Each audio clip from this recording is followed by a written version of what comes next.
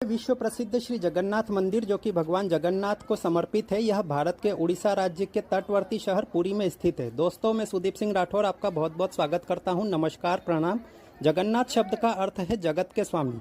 यह मंदिर हिंदुओं के 4 धामों में से एक धाम है। इस मंदिर में मुख्यतः 3 देवी देवता, एक भगवान जगन्नाथ जी अर्थात श्री कृष्ण, दूसरे उनके बड़े भ्राता बलभद्र और तीसरी उनकी बहन सुभद्रा की मूर्तियां स्थापित है। इस मंदिर में तीनों की आधी अधूरी मूर्तियां स्थापित है। इनकी एक प्रचलित कथा है। एक बार श्री कृष्ण नींद में अचानक राधे राधे करने लगे तो उनकी 8 पत्नियां चौंक गई और सोचने लगी कि भगवान अभी तक राधा को भूले नहीं हैं। सभी ने मिलकर माता रोहिणी से इस संबंध में जानने का प्रयास किया। उनसे माता राधा और कृष्ण की रासलीला के बारे में कथा सुनाने का आग्रह किया। उनके हट करने पर माता रोहिणी ने कहा कि ठीक है, लेकिन पहले सुभद्रा को द्वार पर पहरा देने के लिए बिठा दो ताकि कोई भीतर प्रवेश न कर पाए। सुभद्रा पहरा देने लगी और भीतर माता रोहिणी 8 भार्या को कथा सुनाने लगी। तभी वहां बलराम और श्री कृष्ण द्वार पर पहुंचते हैं। सुभद्रा द्वार पर ही कथा सुन रही थी। उसने दोनों को वहीं रोक दिया। महल के अंदर से श्री कृष्ण राधा की कथा अब बलराम, कृष्ण और सुभद्रा तीनों को सुनाई दे रही थी। कथा सुनते सुनते तीनों की ऐसी अवस्था हो गई कि पूरे ध्यान से देखने पर भी किसी के भी हाथ पैर आदि स्पष्ट रूप से दिखाई नहीं दे रहे थे। तभी वहां देव ऋषि नारद पहुंचते हैं। उन्होंने तीनों की ऐसी अवस्था देखी तो देखते ही रह गए।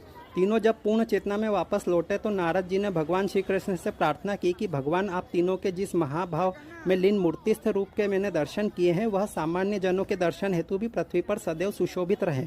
प्रभु ने तथास्तु कह दिया। तभी से भगवान श्री कृष्ण, बलराम और सुभद्रा जी का वही स्वरूप आज भी जगन्नाथ में विद्यमान है। और इसी वरदान के चलते बाद में राजा इंद्रद्युम्न ने यह तीनों मूर्तियां बनवाने का ऐलान किया। तब तीनों लोगों के कुशल कारीगर विश्वकर्मा एक बूढ़े व्यक्ति का रूप धरकर आए। उन्होंने राजा को कहा कि वे नील माधव की मूर्तियां बना सकते हैं, लेकिन एक शर्त है, 21 दिन में मूर्तियां बनाएंगे और अकेले में बनाएंगे, कोई उन्हें देखेगा नहीं। उनकी सभी शर्तें मान ली गई। सभी को बाहर आरी, छेनी, हथौड़ी की आवाज आती रही। राजा इंद्रद्युम्न की पत्नी गुंडीचा अपने आप को रोक ना पाई। वह दरवाजे के पास गई तो उसे कोई आवाज नहीं आई। उसने राजा को बुलाया। सभी ने बाहर से काफी आवाजें लगाई, लेकिन कोई जवाब नहीं मिला।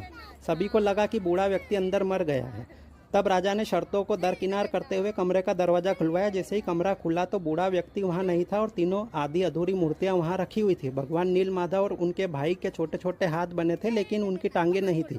सुभद्रा के हाथ पैर बने ही नहीं थे। राजा ने इसे भगवान की इच्छा मानकर इन्हीं आधी अधूरी मूर्तियों को मंदिर में स्थापित करवा दिया। तब से लेकर आज तक यह तीनों भाई बहन यहाँ इसी रूप में विद्यमान है। इस मंदिर की एक वार्षिक रथ यात्रा भी निकलती है। तो यह था एक 3 मिनट के अंदर संपूर्ण वृत्तांत जगन्नाथ जी का। आप सभी का बहुत बहुत धन्यवाद। आप हमसे जुड़ सकते हैं रिद्धिका माय विश पर। आपका बहुत बहुत धन्यवाद।